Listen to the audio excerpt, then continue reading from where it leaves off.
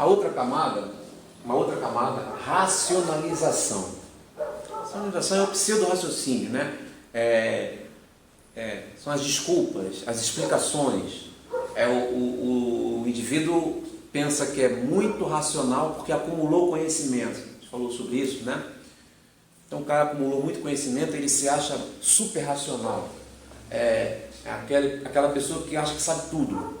É insuportável conversar com pessoas assim. Não sei se você deve ter passado por isso. É aquela pessoa que você está num grupo, você fala as coisas, as pessoas, nossa, e ele não, nada abala ele, tudo que você fala, ele tem algo para dizer também. Tudo que você conta um caso, ele tem um caso melhor do que esse. Então, às vezes você fala uma coisa, todo mundo ri, ele não ri, porque ele quer falar uma coisa, porque ele quer fazer as pessoas rirem, quer dominar a situação, né? Ele acha que sabe tudo. Esse ser humano, o ser humano normalmente ele é arrogante, né? Ele não aceita a sua incapacidade de compreender tudo e começa a inventar um monte de verdades para suprir essa carência. Então,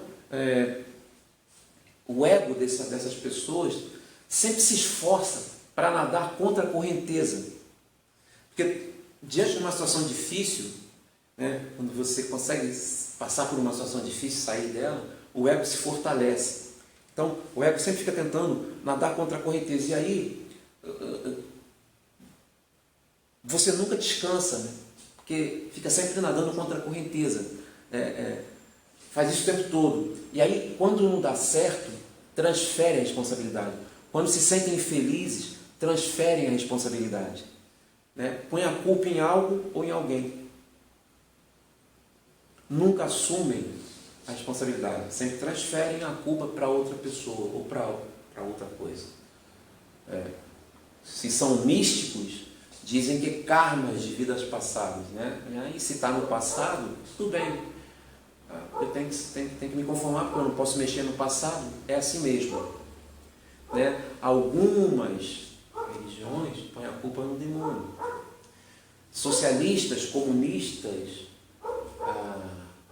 marxistas dizem que é culpa do sistema econômico. Psicólogos dizem que é uma questão de relacionamento, um problema de relacionamento entre mãe e filho. Ou seja, a culpa nunca é sua, é sempre de outro. Será que é sempre assim? Existe um princípio mental. O princípio mental é, né, o que a mente busca o tempo todo. Lembrando, hein? A mente está aqui. A tua essência está aqui. Você veio ao mundo assim. Aí aconteceu esse monte de coisas aqui e hoje a sua mente está cheia com essas... Ela pensa aqui.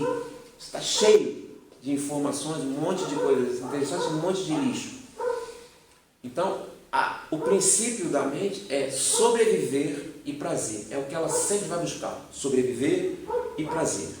Ela sempre vai buscar isso. Guarde isso. A mente sempre vai buscar sobreviver e prazer.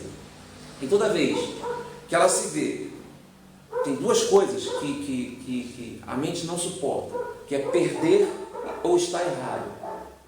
Perder ou estar errado para a mente significa sofrimento. Então, todas as vezes, diante de uma situação dessa, de perda ou de estar errado, isso vai te causar um sofrimento emocional. Então, a mente vai procurar caminhos neurais que amenizem essas dores.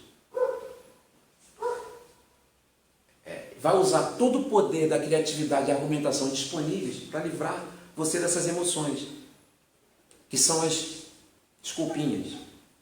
Né? E essas desculpas, isso age numa área fundamental da mente que afasta a pessoa da autorresponsabilidade. Isso age numa área da mente que ela nunca acha que a culpa é dela. A culpa é sempre de outro. Então,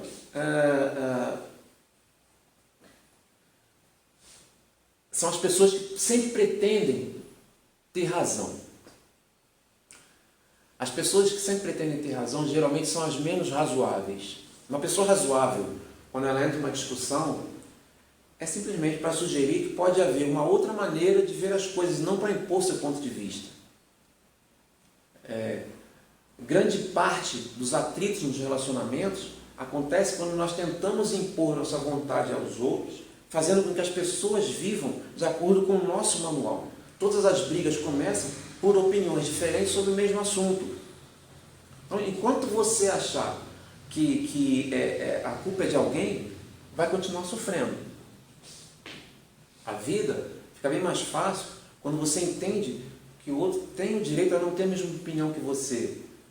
Então, é relacionar-se com as pessoas e, ao mesmo tempo, permitir que elas sejam elas mesmas.